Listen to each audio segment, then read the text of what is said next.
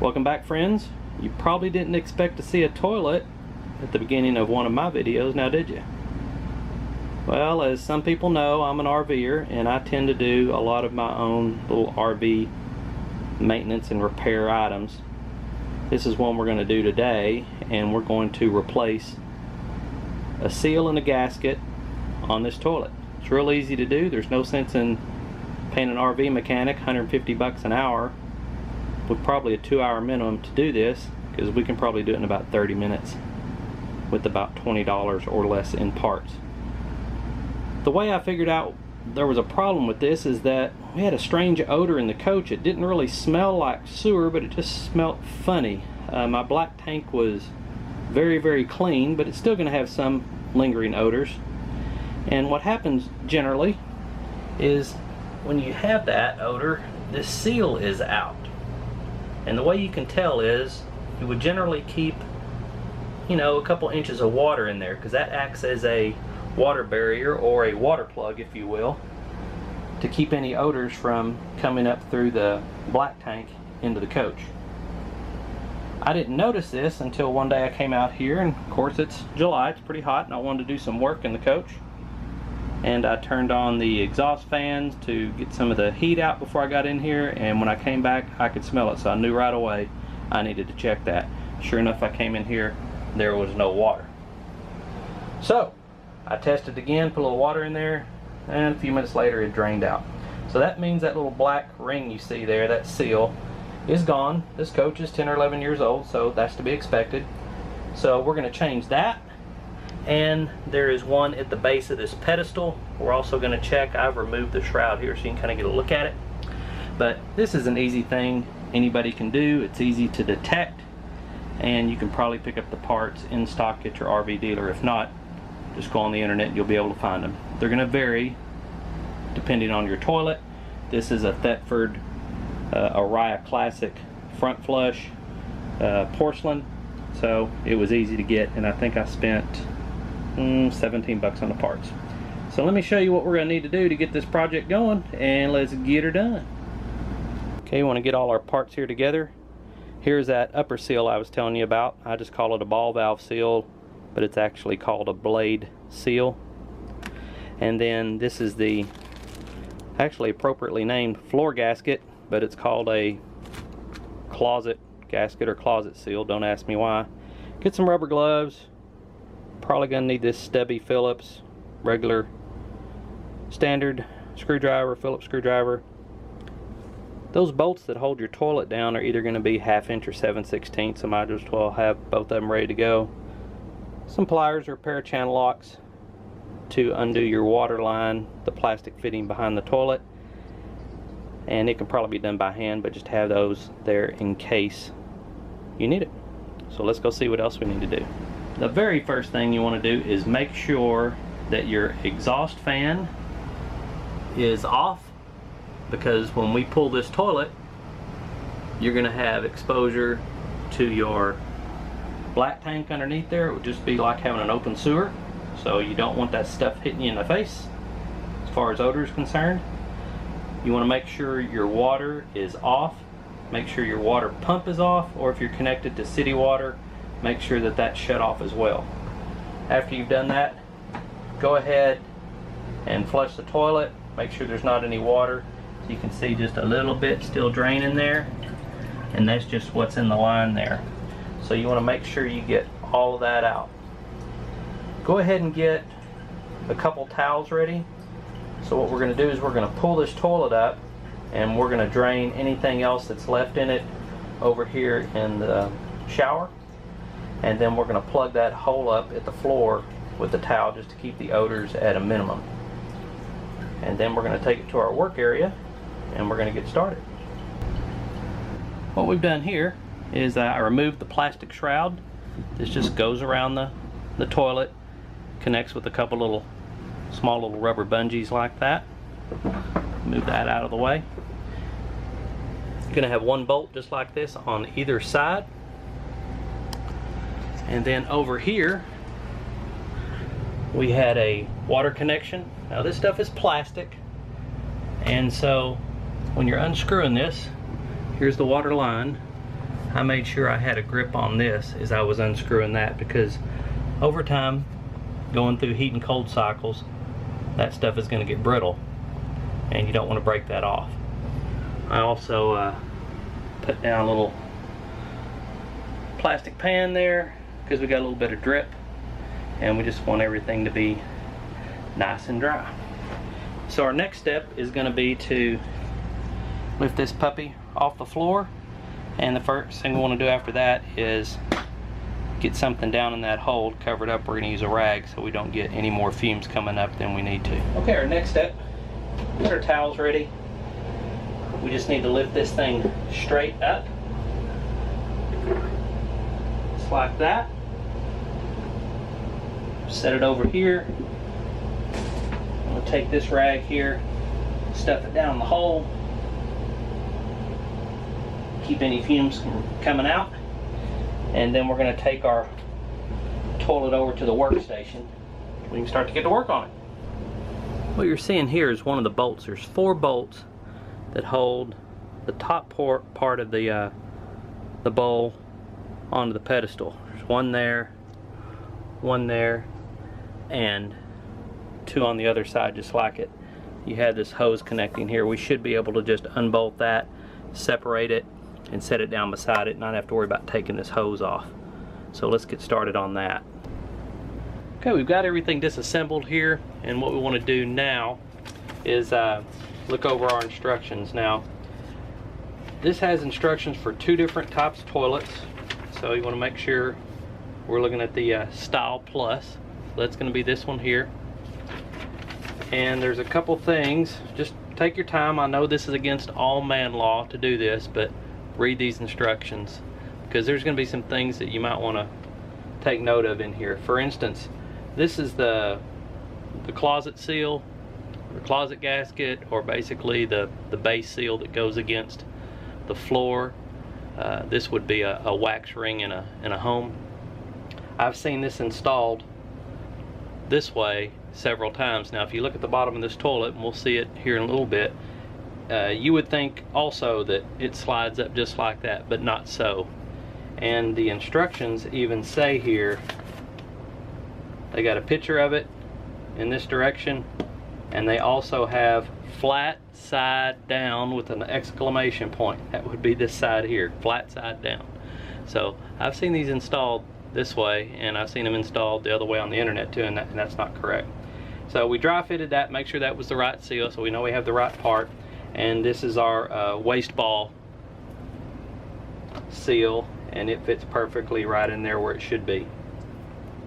So while you have this all apart, you want to inspect this waste ball, make sure there's no nicks or anything, because if it does have any nicks, then it's just going to nick your seal and cause it to leak later on. So we know that fits there, and I've already dry fitted this on the bottom, and we'll take a look at that here in a little bit. The other thing that I noticed in these instructions, and it happened to be on the back page, and what they did is, this is an addendum to the Style Light and Style Plus waste ball and seal kit. Basically what they're telling you is to add a nylon washer on all 4 of these studs sticking up here before you put on the porcelain top or the porcelain bowl. And then you're going to put on another nylon washer, a metal washer, and then the nut will go on top of that. During the disassembly, the 2 bolts in the back, there's one of the washers badly corroded, it's junk. The other one wasn't much better, and I had a hard time getting one of the nuts off. So exercising patience, which is something I've learned in the last few years, I decided to just put some penetrating oil on it and go work on the other 3. And then I went and got a longer handled 1/2-inch boxed in wrench. Now if you see something that's corroded this bad and you can't move it readily with the smaller wrench, you know you've got a problem, so you're just gonna have to take caution going forward. The other thing is, make sure you're using the proper tool for the proper job. If you would have tried to get this off with an open-ended wrench or a crescent wrench or some channel lock pliers or something, basically anything other than a boxed in wrench, you would have just rounded that nut off, and then you'd be in real trouble. I've got a lot of tools, and got a lot of specialty tools too, but this would have been a nightmare even for me to get off. You can't go chiseling this off because you're dealing with porcelain, and you can't cut off the head from the bottom and drop it out either, because there's no way to get to it. So just remember, if you feel like something is rounding off or something, don't try to continue on with your open end wrench. You're just going to cause more problems. So after I let the penetrating oil sink in, we were able to get it off, and I took a wire brush to the top of these studs that were corroded, cleaned up the nuts, and we're going to put new washers on them. When I go back together, we're going to put just a little bit of oil on there to kind of help alleviate that problem in the future. Now, what does cause me some concern is, why was water getting here in the first place? So as long as you have all this stuff apart, you need to check everything, out, check these hoses back here for leaks, check your fittings for any cracks or anything like that, because some water got back there somehow, and we need to keep an eye on that. So what we're going to do next is we're going to reassemble this. First thing we're going to need to do is get this seal in place, and then all we need to do is set the bowl on thusly, and then we're going to put the nylon washer on, followed by, where'd they go, the metal washer, and then we're going to put the nuts back on. Then I'm going to go back to my short handled wrench to tighten this stuff down. You don't want to really crank down too much on porcelain because it'll crack, and you never want to have metal against porcelain. That's why we're going to put the nylon washer on and then the metal one on top of that. So let's get started on that. Okay, we're completely reassembled here, and everything's looking pretty good. Got our nylon washers there, got it torqued down without cracking it. The water leak evidently came from up here, so I took this hose off and inspected. It's much easier to take all this stuff off, inspect everything while you have it off, than trying to do it with a mirror laying on your side and reaching around the back of the toilet when it's installed. But that water was leaking right down that hole, and then the water was pooling here, and that was what was corroding our bolt and our nut. We got that all fixed. Also, the cable that actuates from the pedal here and flushes is goes right here. You have to be careful that you don't crimp that between the bowl and the pedestal. Once you get everything done, I'm going to make sure everything is working as it's supposed to. We evidently are. So we are now ready to go set this back in on the floor and get her bolted down. Here's a good look at our seal. Let me just show you something real quick. You can see how people would think. You see how this is a conical shape to it, and so does this. People would just normally think, oh, that just slides on there like that, and we put it in there. No, the instruction specifically says do not do that. It actually goes on the other way. It takes me 2 hands to put it back on. One thing I'm going to do is probably put a bead of silicone around here. Not sure. We'll go look at the floor and see what it looks like. Next thing we want to do is prep our floor area. I left the old seal in place. I wanted you guys to take a look at it. You can see it's installed incorrectly. It's upside down, and someone has put some silicone all over this thing. So we're gonna have to clean this up, and then we're just gonna put a small bead of silicone here. Now, once again, with my philosophy of once you have something out, you have it apart, you can get to it easily, check everything that you can possibly check on this before you put it back together. For instance, check and make sure this is good and firmly anchored to the floor. you don't notice any rotting anywhere, anything like that, this is where leaks happen, and it'll rot the floor out from underneath there. So you want to make sure that this flange is down. The other thing, go ahead and get a flashlight and check out your black tank, see what you can see in there. Make sure you don't have a big pyramid of toilet paper or waste or whatever, and see if you see any struvite starting to accumulate in there. It's more of a problem with full timers and coaches that are, or tanks that are kind of left in poor condition and not serviced properly. But we don't have a problem with this. I already looked in the tank and everything looks pretty good. So we're going to clean all this up, and then we're going to get it ready to set our toilet down. Okay, I placed a small bead of silicone down around the flange. Now all we need to do is just gently, carefully set the bowl on, or set the toilet on, and line up these bolts here. Hopefully we can do that pretty easy. Of course not. There's one.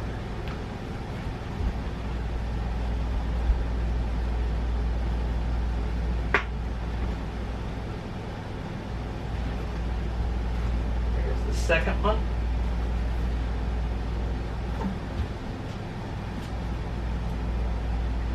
Got it sitting in place. And now we'll just tighten up. Okay, we've got the toilet bolted back down now. Just remember that you want to have nylon against this bottom down here before you tighten it down, and then put your metal washer on top of that, and then your nut. It's nice and tight.